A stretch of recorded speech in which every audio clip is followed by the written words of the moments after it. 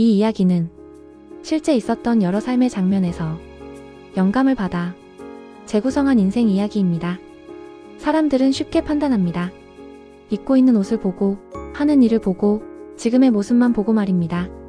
아침 일찍부터 해가 진 저녁까지도 동네 상가와 주택단지를 돌며 손수레를 밀고 파지를 주우며 다니는 한 어르신이 있었습니다. 남루한 옷차림, 지친 걸음걸이. 사람들은 생각했을 겁니다. 형편이 많이 어려우신가 보다.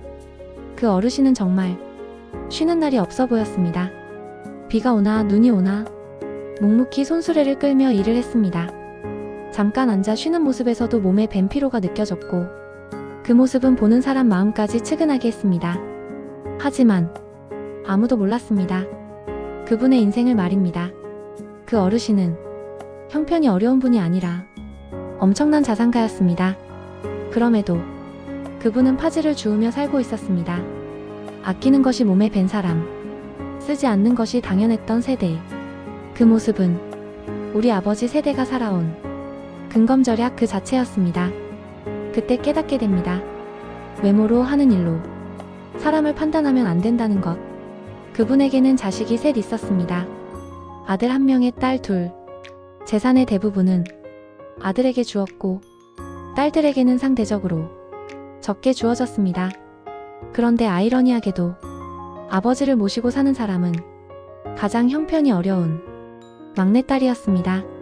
어머니는 이미 돌아가셨고, 막내딸은 아버지를 자신의 집으로 모셨습니다. 재산을 거의 받지 못했지만 그는 아버지를 모셨습니다.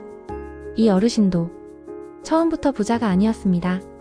젊은 시절 살던 곳은 농촌 마을이었습니다. 그 시절 집집마다 키우던 소는 가장 큰 재산이자 유일한 소득원이었습니다. 소를 팔기 위해서는 몇십 리 떨어진 우시장까지 직접 끌고 가야 했습니다. 쉽지 않은 일이었죠. 그래서 남의 소를 대신 끌고 우시장까지 끌어다주고 수고비를 받는 사람들이 있었습니다. 그 어르신도 그중 한 사람이었습니다. 당시는 포장도로가 없던 시절, 신장로라 불리던 비포장길을 걸어야 했습니다. 신고 있는 신발마저 다를까봐 새끼줄로 묶어 목에 걸고 다녔습니다. 자갈이 많은 길에서만 잠깐 신었습니다.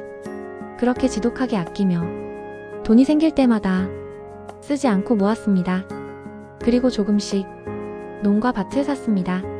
세월이 흘러 그 마을 일대가 신도시 개발 지역이 됩니다. 토지 보상금은 상상 이상이었습니다. 그는 아들에게 집도 사주고 경제적 지원을 아끼지 않았습니다. 갑자기 큰 돈이 생기자 아들 주변에는 사람들이 모여들기 시작했습니다. 사업 한번 해봐라.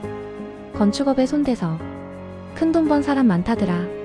아들은 그 말들을 믿었고 결국 건축업에 손을 댑니다. 결과는 예상 그대로였습니다. 돈은 계속 빠져나갔고 아버지는 그때마다 돈을 보태야 했습니다. 밑 빠진 독에 물을 붓듯 말입니다. 결국 아들은 술로 하루하루를 보내는 삶을 살게 됩니다. 아버지는 당신이 살던 집마저 팔아 아들에게 주었습니다. 아들은 도시로 떠났고 집에는 발길을 끊었습니다. 홀로 남은 아버지. 그 모습을 보고 막내딸이 아버지를 모시고 간 것입니다. 그런데 나중에 알게 된 사실 하나. 그 아들은 친아들이 아니었습니다. 예전에는 집안의 대를 잇기 위해 남의 자식을 데려다 키우는 문화가 있었습니다.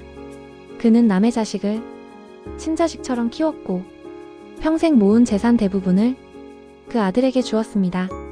하지만 그는 아들에 대해 원망 섞인 말을 한 번도 하지 않았습니다. 그의 인생은 부자였지만 늘 검소하며 모든 걸 내주었고 아무 말도 하지 않았습니다.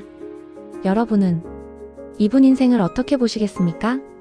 우리는 무엇으로 사람을 판단하고 무엇을 남기며 살아가고 있을까요? 오늘 이야기가 여러분 인생의 어느 한순간을 조용히 떠올리게 했다면 이곳을 잘 찾아오신 겁니다. 여기는 인생 맛집입니다.